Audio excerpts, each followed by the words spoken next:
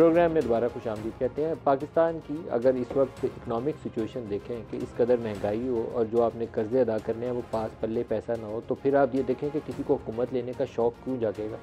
PDM ने जब हुकूमत ली, शहबाज शरीफ साहब वज़ीर आज़म बने, तो सबसे पहला सवाल जो मैं इनकी जमात के लोगों से पूछता था कि आप हुकूमत क्यों लेना चाहते हैं। 17.2 अरब डॉलर का करंट अकाउंट डेफिसिट था जो आखिरी साल था इमरान खान का इन पावर। तो ये वैसी ही सूरत हाल थी जो 2017-18 में नून लीग ने 19 अरब डॉलर का करंट अकाउंट डेफिसिट छोड़ा था। उसके बाद आप संभाल नहीं सकते, आपके पास डॉलर्स का इनफ्लो नहीं आ रहा होता, आप पे नहीं कर सकते, सिंपली एक डिफ़ॉल्ट लाइक सिचुएशन पैदा हो जाती। उस वक्त IMF का प्रोग्राम था जिससे आपको बचत हो सकती थी। अभी IMF का प्रोग्राम भी बंद था। अभी भी हम ऐसी ही सिचुएशन में एक मुश्किल सूरत हाल के दुचार हैं। हमारे पास पैसे देने वाले 20-25 अरब डॉलर दरकार है, 20-25 अरब डॉलर का इनफ्लो यकीनी नहीं है। तो मुस्तफ़ा साहब, किसी को हुकूमत अगर लेनी है ऐसी सूरत हाल में, तो उसको पेट में क्या दर्द हो रहा है कि वो बड़ा बेचैन है कि मुझे हुकूमत दो, MQM साथ आए, बाप पार्टी आए, मैं हुकूमत बनाऊँ, पल्ले तो पैसा नहीं है। ये दायरों का सफ़र है मलिक साहब, और पिछली कई दहाइयों से ये सफ़र जारी है। हम सियासतदान इक़्तिदार का एक हिस्सा लेने के लिए बेताब रहते हैं, वो भी मुकम्मल इक़्तिदार नहीं, एक हिस्सा उसका, और उसी की सारी तगोदौ में हम पावर पॉलिटिक्स करते हैं, अपने नज़रियात को साइड पर रख देते हैं और बस इक़्तिदार की खातिर ही हम इस सफ़र में दौड़े चले जा रहे हैं। जहाँ पर मुल्क आकर खड़ा हो गया, हमें बड़ी सीरियस रिफॉर्म्स की ज़रूरत है। उन रिफॉर्म्स के बगैर अब वो चीज़ें जो हम अंडर द कार्पेट करते आए हैं पिछले कई दहाइयों से कि यार हमने प्राइवेटाइजेशन नहीं करनी, हमने अपने खर्चे कम नहीं करने, हमने रीजनल ट्रेड के ऊपर फोकस नहीं करना, अब वो सारे फैसले हमें करने पड़ेंगे। हमने वो पॉलिटिकल एक्सपीडियंसीज की वजह से हमने वो फैसले नहीं किए। नहीं, अभी भी PIA के ऊपर या स्टील मिल्स के ऊपर मैं प्रेस कॉन्फ्रेंस सुनता हूँ तो मुझे इतनी तकलीफ होती है कि आप ये नहीं सोचते कि साल का 200-300 अरब डॉलर की फकी हम इन PIA और स्टील मिल सिर्फ को दे रहे हैं। जी हाँ, बिजली को छोड़ दें कि 2500 अरब डॉलर का सर्कुलर डेट है उसका, 2500 अरब रुपए का, तो हम पता नहीं किस दुनिया में जिंदा ये जिम्मेदारी end of the day the buck stops at the politicians. देखिए, हमने मुल्क के अंदर, ठीक है, हमारी इस्टेब्लिशमेंट का एक बहुत बड़ा इसमें पॉलिटिकल इंस्टेबिलिटी क्रिएट करने में बहुत बड़ा उनका हाथ रहा है। 2014 से अगर हम आगे ऑनवर्ड्स देख लें तो एक बड़ा क्लियर इम्प्रिंट है वहाँ पर, और फिर उसके बाद ऐसे मौके आए कि जिसपे आर्मी चीफ को खुद खड़े होकर कहना पड़ा जी कि बस जनरल बाजवा को कि अब हम सियासत के अंदर जो है कोई मुदाखलत नहीं करेंगे। ये कहा ही है, बस कहा ही है। तो अब इस चीज़ को हमने तब्दील तो करना है। अगर 76 सालों में हम अपने आप को नहीं ठीक कर सके, पहले हम कॉन्टिनेंट की रेस से बाहर हुए, फिर उसके बाद हम रीजन की रेस से भी बाहर हो गए, और अब पाकिस्तान के जो इंडिकेटर्स हैं उनका मवाजना अफगानिस्तान या कई अफ्रीकन ममालिक हैं जिनसे किया जाए। अफगान करेंसी हमसे ज़्यादा तगड़ी है। तो वो अभी हम ब्रेक में थे तो शेर व शायरी की, और डॉक्टर साहब कुछ एक दो शेरों का जिक्र कर रहे थे, तो मैंने जल्दी से एक शेर किसी ने भेजा, मैंने वो निकाल के लिख लिया कि गुमा तुमको कि रास्ता कट रहा है, गुमा तुमको कि रास्ता कट रहा है, यकीन मुझको कि मंजिल खो रहे हो। तो अब हमें बड़े सख्त फैसले भी करने पड़ेंगे, और ये सियासत आउटडेटेड हो चुकी है।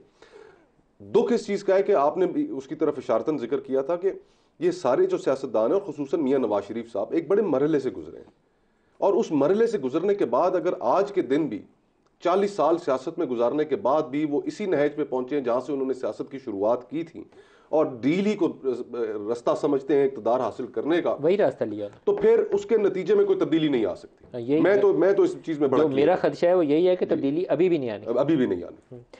पंजोता साहब, जो इमरान खान के केसेस के हवाले से एक थोड़ा सा अपडेट ले लूँ, फिर ये सियासी मौज़ूआत की तरफ दोबारा आता हूँ।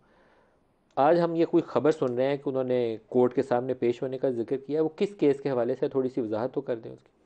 देखें, जो नैब तरमीम के हवाले से इमरान खान साहब ने सुप्रीम कोर्ट से रजू किया था कि तरमीम जो हैं वो कलअदम करार दी जाएँ, तो उसके बाद जब सुप्रीम कोर्ट ने फ़ैसला दिया तो जो है हुकूमत जो है वो इंटर कोर्ट अपील उन्होंने फ़ाइल की।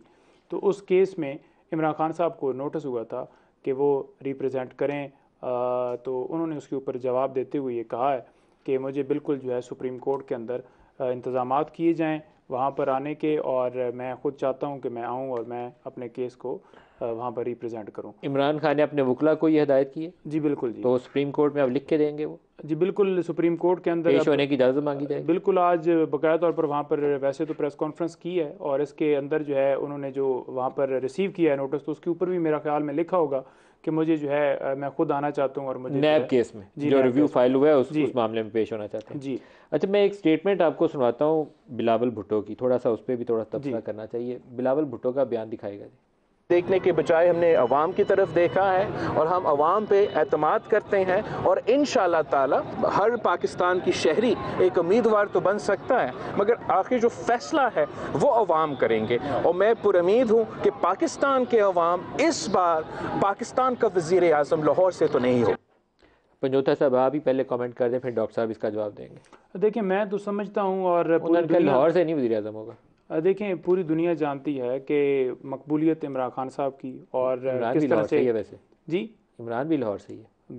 देखें, उनका शायद स्टेटमेंट इस हवाले से उन्हें वो समझ रहे हों कि इमरान खान साहब जेल में रहेंगे, जो कि इनका प्रोग्राम है स्पेशली कि उनको रखा जाए और पार्टी को क्रैश किया जाए, तो उसके मुतबादिल वो कह रहे होंगे कि अगर वो जेल में रहते हैं तो फिर ये बचते हैं, तो ये नहीं आ रहे। दोनों ही लाहौर ठीक है, लेकिन बात यह है कि फ्री एंड फेयर इलेक्शन करवाएं। इमरान खान साहब को बिल्कुल लड़ने का मौका क्यों उनसे छीना चाहते हैं? क्यों उनको एक ऐसे झूठे केस में अंदर रखा गया है?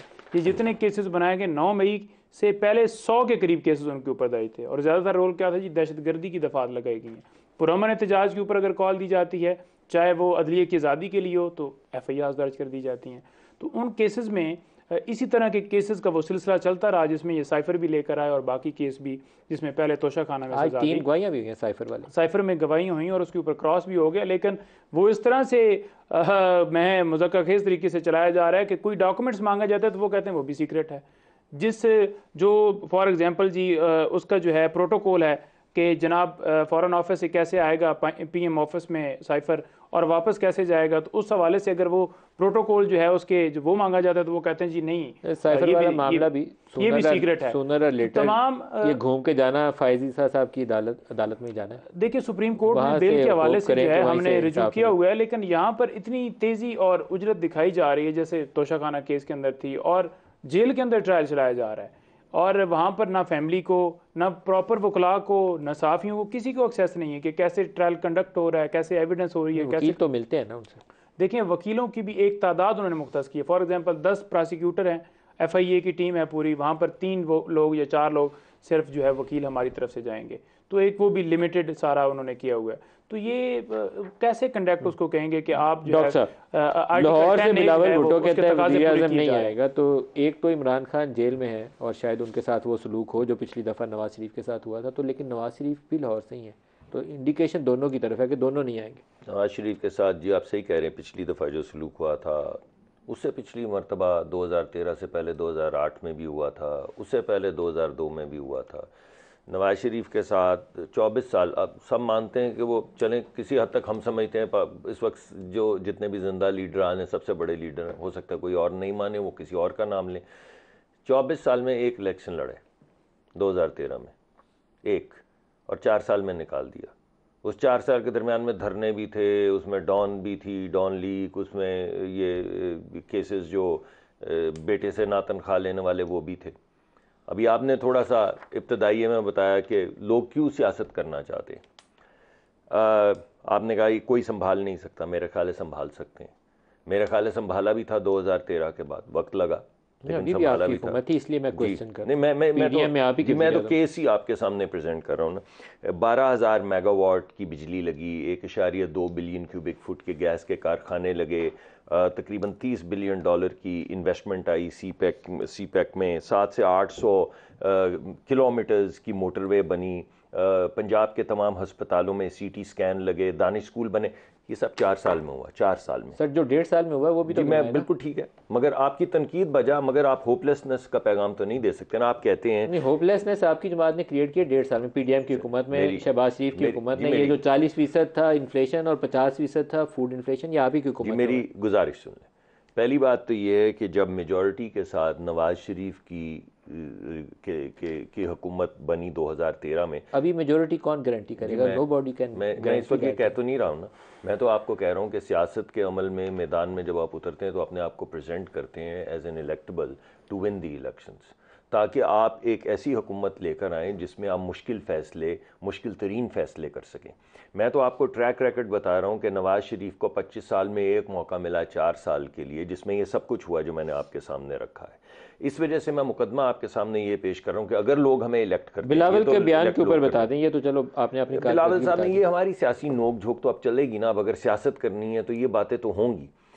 ख्वाहिश मेरी ये कि ये बातें ज़रूर होती रहे, लेकिन और जिस तरह आपने कहा तो मेरे गुमान में मज़ाक में ये बात आई कि वो तो इमरान साहब की बात कर रहे होंगे क्योंकि उनके ऊपर ये फला फला केस हैं, लेकिन ये तो मज़ाक में ही बात हो सकती है ना। असल बात तो लोगों ने इलेक्ट करना ना, उनका एक वोट है, मेरा एक वोट है और बिलावल साहब का एक वोट है। जिसको लोग चाहेंगे वो आ जाएंगे, उन्हें कोई रोक नहीं सकता। मगर ये नोक-झोंक चलेगी में उनकी जो मगर इसके बाप पार्टी से अंडरस्टैंडिंग काटी गई ना आखिरी लम्हे पे, उसके बाद उनको इंतखाबात की तखीर भी दुखी है और उसके बाद वो ये भी कह रहे हैं लाहौर का मगर देखिए बाप पार्टी पहले कहीं कुछ ऐसा हुआ है आपने उनका रास्ता काटा है। देखिए वो जो अभी इन्होंने कहा था ना डील हो गई है, हमारे वो कहीं रास्ता काटा है आपने हमारे यहाँ मैं किसी को पर पीपल्स पार्टी से हमने 16 महीने बड़े बाज फैसले इकट्ठे सर जोड़ के किए हैं, बड़े अच्छे ताल्लुकात रहे। तो ऐसे मैं कोई फजूल बात नहीं करना चाहता जिससे तासुर मिले कि हमारे को ताल्लुकात बड़े ख़राब हैं, ऐसी कोई चीज़ नहीं है। मगर हमारी अब सियासी नोक झोंक चलेगी। एक बात मैं करना चाहूँगा, इन्होंने जो कहा कि इमरान खान को अलहदा क्यों इलेक्शन से करने की पाकिस्तानी कोशिश सियासत का अगर किसी ने असल रंग देखना हो ना, तो एक ज़माने में ये नो कॉन्फिडेंस 10 अप्रैल 2022 को होने से तकरीबन साल डेढ़ साल पहले मरियम और बिलावल बहन भाई बने हुए थे, इकट्ठे जलसे करते थे और आर या पार का नारा मरियम लगाती थी। एन उस टाइम के ऊपर जब इन्हें यकीन हो गया कि ये आर या पार कर गुजरेंगे, तो पीपल्स पार्टी को एक डील मिली थी, जरदारी साहब और उनकी बहन को जेल से निकाला गया और उसके बाद आर या पार आर ही आर हो गया, पार नहीं लगा।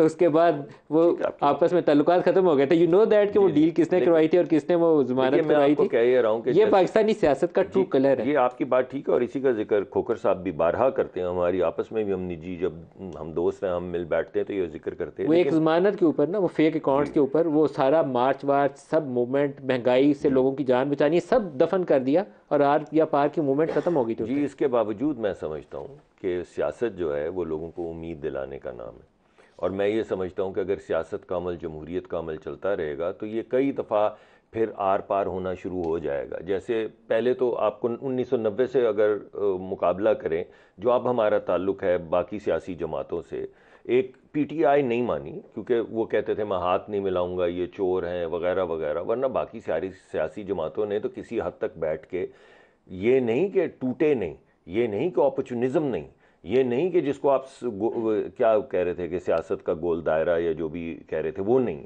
ये तमाम बातें सच हैं। मगर बहरहाल आपको एक फ़र्क सियासत में नज़र आना शुरू हो गया था जो पिछले 3-4 साल में डूब गया था। दोबारा से मुझे उम्मीद है कि अगर सियासी अमल चलता रहेगा तो ये लोग आपस में बैठेंगे। हम सारे दोस्त हैं, हम शाम को बैठते हैं, हम आपस में गप मारते हैं। मुझे मालूम है इनका दिल कितना दुखता है पाकिस्तान के हालात देख के। हमारे पीटीआई में भी जो दोस्त जिनको मैं जानता हूँ, मुझे मालूम है उनका दिल कितना दुखता है। तो ऐसा तो नहीं कि हम शाम को तो बैठ के आपस में बात करके दुख सुख कर सकते हैं और रास्ते भी तलाश करने की कोशिश कर सकते हैं, मगर सियासी अमल में नहीं कर सकते। Over a period of time मतानत आएगी, ज़रूर करें।